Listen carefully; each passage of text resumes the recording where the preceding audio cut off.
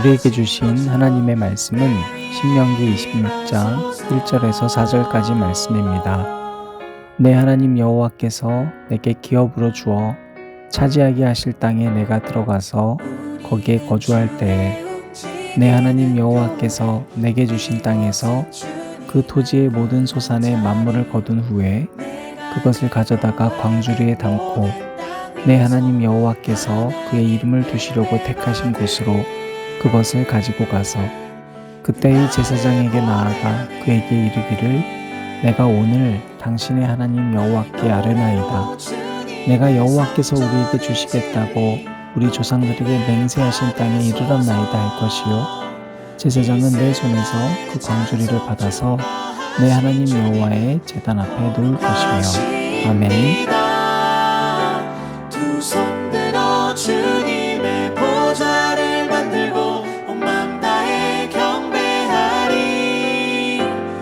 구름 날개 사이에 임하신 것처럼 내 위에 임하소서. 나의 노래로 주님의 성전을 지으리. 높임을 받으소서. 이스라엘의 찬송 증거하신 주님은 거룩하십니다. 두 손 들어 주님의 보좌를 만들고 온 맘 다해 경배하리.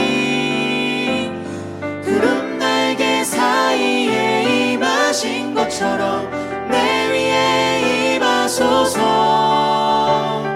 하나님 우리가 이곳에 섰으니 이 땅을 치유하소서. 하나님 우리가 어디에 있든지 주를 높이리라. 열방들아 주님을 송축할지어다. 그 발 아래 입 맞추라. 영원한 통치자 주 예수 그리스도 그는 위대하신 왕.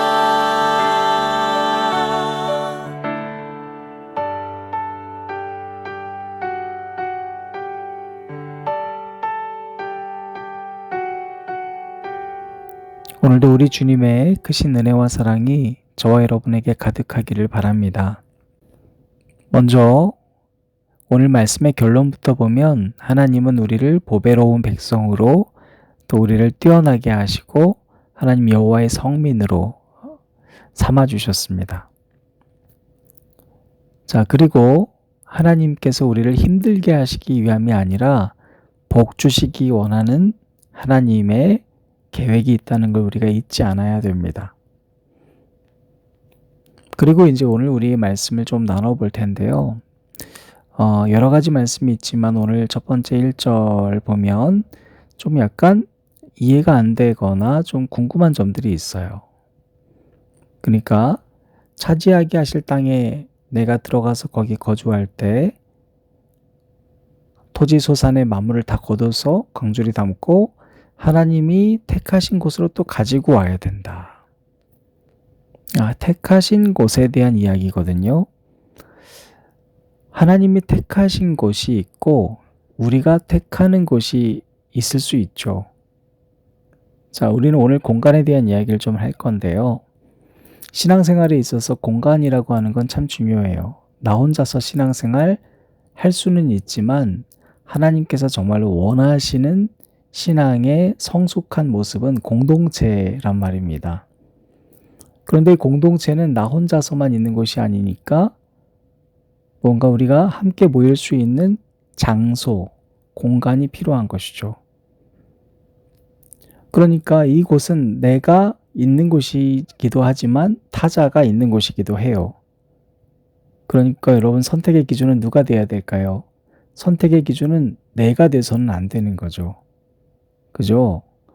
나 혼자만 있는 공간이 아니기 때문에 내 편의대로 선택을 하는 것이 아니라는 걸 우리가 알아야 됩니다. 그래서 하나님은 끊임없이 이 공간이라고 하는 것에 대해서 우리에게 많은 이야기들을 해주고 있습니다. 사실 신앙은 자기 부인인데 실제로 우리는 대단히 자기중심적이에요. 그래서 내 기준으로 사실은 중요한 것들을 막 선택한단 말이죠. 하나님이 구약시대부터 우리에게 주시고 있는 이 공간에 대한 시스템이 있는데요. 첫 번째로 우리는 보이는 것에 취약합니다. 즉 이것은 내가 보이는 것에 따라서 이끌리고 혹은 돌아서기도 한다는 것이죠. 그래서 하나님은 보이지 않으시는 분인데 선과 악을 알게 하는 열매를 주심으로 또 생명나무를 주심으로 그곳에서 멈춰서 하나님을 기억하게 하셨습니다. 이 에덴이라고 하는 공간의 주인은 누구라고요? 하나님이시다. 네가 마음대로 사는 것 같지만 반드시 지켜야 될 이 공간의 질서가 있다는 거예요. 두 번째로 노아의 방주라는 공간이었습니다. 그 공간에 들어가는 거나 안 들어가는 거는 자기 선택이지만 들어가야 구원받았어요. 들어간 사람만 구원받았습니다. 세 번째로 아브라함한테 너는 가나안이라고 하는 공간으로 들어가라 했습니다. 아브라함의 자기 집은 어디예요? 아주 거리가 멀어요. 그런데도 하나님이 정한 그 장소로 가야만 하는 거예요. 이게 하나님의 선택이라고 하는 걸 우리가 분명히 알아야 돼요. 네 번째로 광야 시대에 하나님은 어떻게 하셨냐면 출애굽기 40장 34절에서 38절 보면 구름이 성막 위에 떠오를 때 또 구름이 회막에 덮이고 이런 장면들이 나옵니다. 그래서 구름이 성막 위에 떠오르면 이스라엘 자손들이 앞으로 나가고 떠오르지 않으면 나가지 않고 그래서 계속 이동을 하는 거예요. 계속 이동하는데 가나안까지 갈 때 이들이 그 성막이라고 하는 것을 기준으로 이동했다는 겁니다. 계속해서 무슨 반복이죠? 네 선택, 너의 편의적 선택이 아니라 하나님의 선택에 따라서 이동하고 하나님의 선택에 따라서 성막을 중심으로 삼고 가는 거예요. 그럼 이 훈련이 신약시대 가서 없어졌는가? 그렇지 않아요. 고린도전서 우리 1장 2절 보면 하나님의 뜻을 따라 1장 2절에 하나님의 뜻을 따라 그리스도 예수의 사도로 부르심을 받은 바울과 형제 소스데네는 고린도에 있는 하나님의 교회 곧 그리스도 예수 안에서 거룩하여지고 성도라 부르심을 받은 자들과 또 각처에서 우리의 주 곧 그들과 우리의 주 되신 예수 그리스도의 이름을 부르는 모든 자들에게. 자, 고린도에 있는 하나님의 교회 이것만 보면 그냥 이건 지역교회로 이제 바뀌었나 보다 라고 생각할 수 있지만 맞는 얘기이기도 한데요. 이것을 이퀄해서 설명해 주는 내용이 이 하반절에 나옵니다.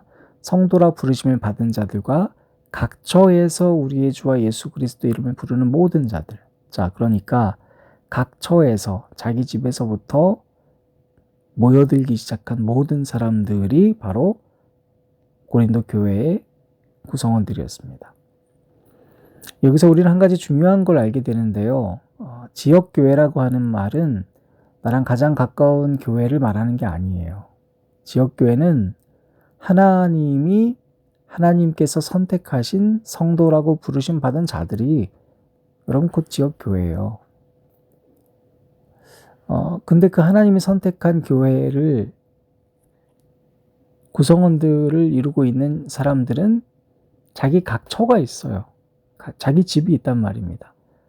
그런데 그들이 바로 이 고린도 교회에 모였다라는 겁니다. 자, 그러니까 교회는 물리적 거리와는 전혀 상관이 없어요. 지역교회는 우리가 로컬 미셔널 철치라고도 하는데 이것은 지역에 선한 영향을 줘야 한다는 것. 또 이제는 예수 그리스도 안에서 내가 교회인데 즉 내가 있는 곳에서 나의 섬김과 사랑으로 이웃사랑을 실천하는 것. 이것이 개인적 교회거든요. 개별적 교회. 그러나 공동체적 교회는 바로 나의 선택이 기준이 되는 게 아니라 하나님이 정한 것이라는 거죠. 자, 그러면 우리는 우리의 신앙생활을 돌아볼 필요가 있어요. 우리는 언제나 좀 괜찮을 때는 상관없는데 조금 뭔가 불편할 때는 내 기준대로 교회를 선택할 때가 많아요. 갑자기 찬양이 내 스타일이 아니라던가 설교가 내 마음과 좀 맞지 않다던가 그게 밥이 맛이 없다던가 더럽다던가 음향 시스템이 별로라던가 누군가와 싸웠다던가 거리가 멀거나 이것은 다 누구 기준입니까? 다 내 편의적 기준이라는 거죠. 그래서 하나님이 주신 공간에 사실 내가 어떤 상황과 상관없이 주님이 주신 교회로 여기고 살아가는 것은 신앙생활에 매우 중요한 일입니다.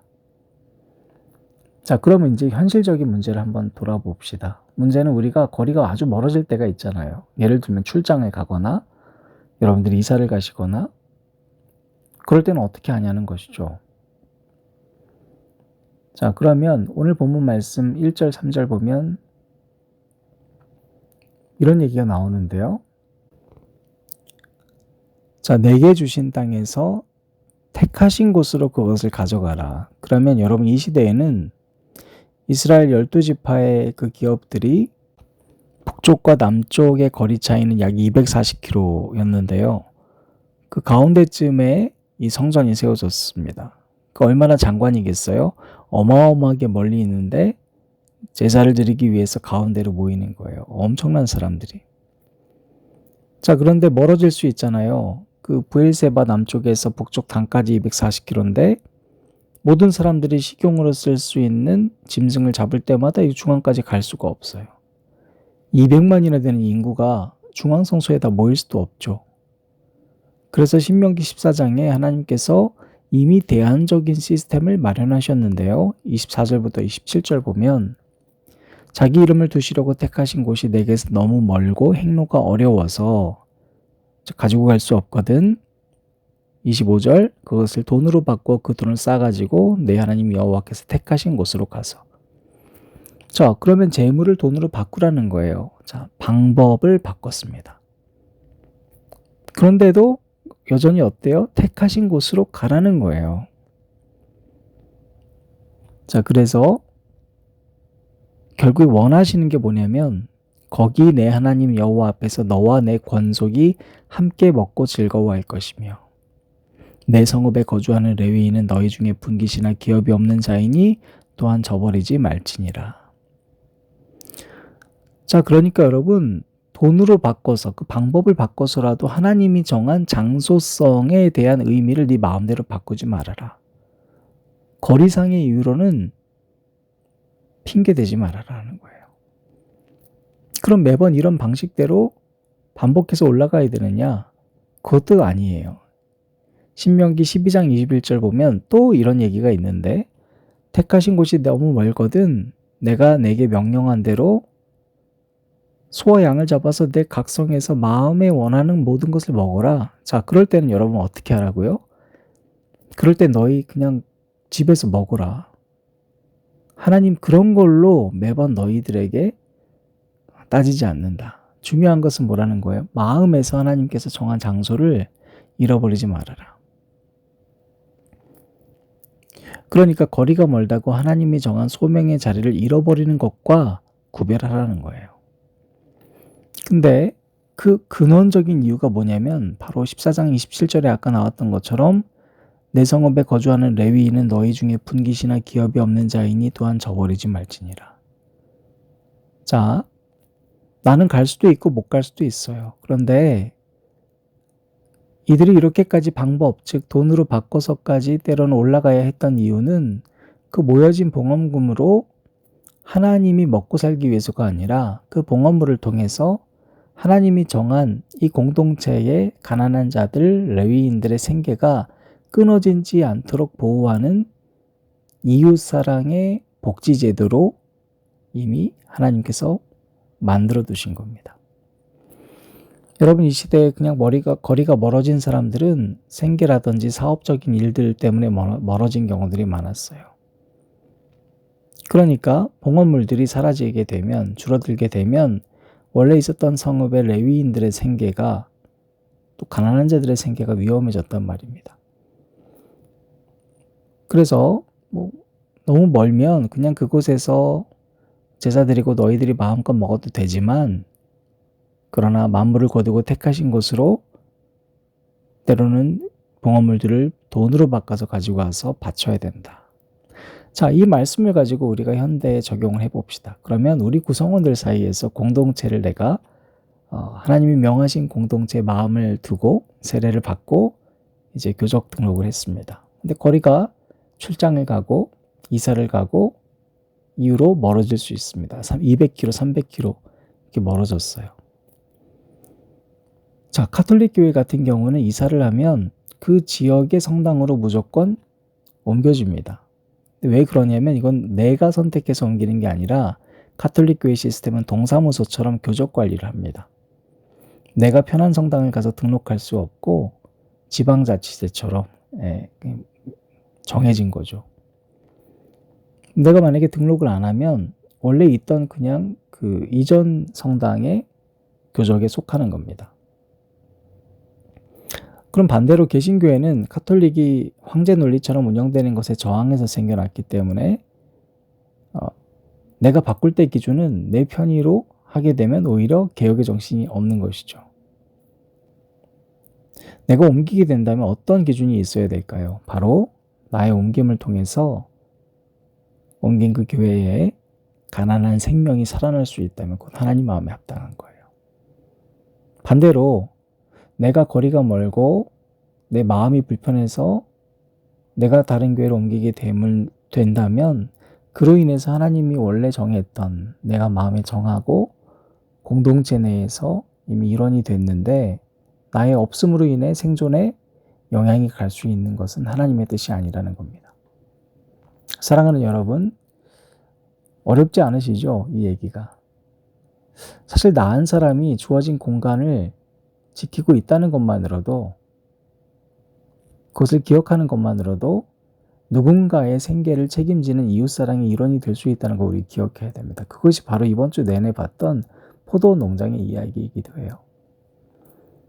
어떤 사람들이 이 농장에 들어갔는데 그 주인집 얼굴은 몰라요. 그런데 거기에 남겨둔 농작물, 포도를 보고 배불리 먹어요. 누군가의 시혜자의 논리로 서 있는 게 아니라 그 사람의 얼굴은 모르지만, 주인의 얼굴은 모르지만 또 다른 사람을 데려와서 이 농장에서 또 배불리 먹을 수 있었어요. 마찬가지입니다. 내가 하나님이 정한 이 공동체 공간의 사람이라는 것은 거리가 멀어져도 매번 나올 수는 없지만, 매번 예배를 드리러 여기까지 올 수는 없지만, 때로는 가까운 곳에서 예배를 드리지만, 때로는 집에서 예배를 드리지만, 그러나 내가 하나님이 정하신 생명샘 교회 공동체의 일원이라는 것을 기억하고 적절한 때에 하나님께서 또 이동하게 하실 때 나를 통해서 이 공동체 내에 가난한 자들이 체험을 받고 레위인과 같은 자들이 체험을 받을 수 있는 이웃사랑의 일원으로 하나님이 사용하신다는 것을 우리가 꼭 기억했으면 좋겠어요. 우리 생명샘교회 지체들 혹은 이 앉은자리 새벽기도를 들으시는 형제자매들 가운데 교회를 옮기는 것 때문에 고민하십니까? 점검해 보셔요. 여러분의 편안함의 기준이라면 그건 하나님 뜻이 아닙니다. 아무리 거리가 멀어도 지금 시대는 여러분 온라인 예배를 드릴 수도 있고요. 또 봉헌을 온라인으로도 할 수도 있고요. 중요한 건 내 마음의 문제거든요. 그러니까 내가 거리가 멀어서 자주 모이는 예배에 참여 못한다고 해서 자책하지도 마시고요. 다만 하나님이 내게 주신 공간에 대한 채움의 존재라는 그 사실 또한 여러분이 잊지 않으셨으면 좋겠습니다. 나 한 사람이 공간을 채우고 있다는 것을 기억하는 것만으로도 저와 여러분은 이웃사랑을 구체화시키고 있다는 것을 꼭 기억하는 저와 여러분 되시길 주님 이름으로 축원합니다. 하나님 감사합니다. 오늘 주신 말씀 통해서 우리가 교회와 신앙생활을 어떻게 해야 되는지를 알려주시니 감사합니다. 많은 사람들이 이동하는 시대입니다. 그러나 그 이동이 나의 편의가 아니라 하나님께서 정하신 것을 기억하고 내가 공간의 사람이 될 때 누군가가 나로 인해 배불리 먹고 생계를 이어갈 수 있다는 사실을 잊지 않도록 도와주옵소서. 예수님 이름으로 기도합니다. 아멘.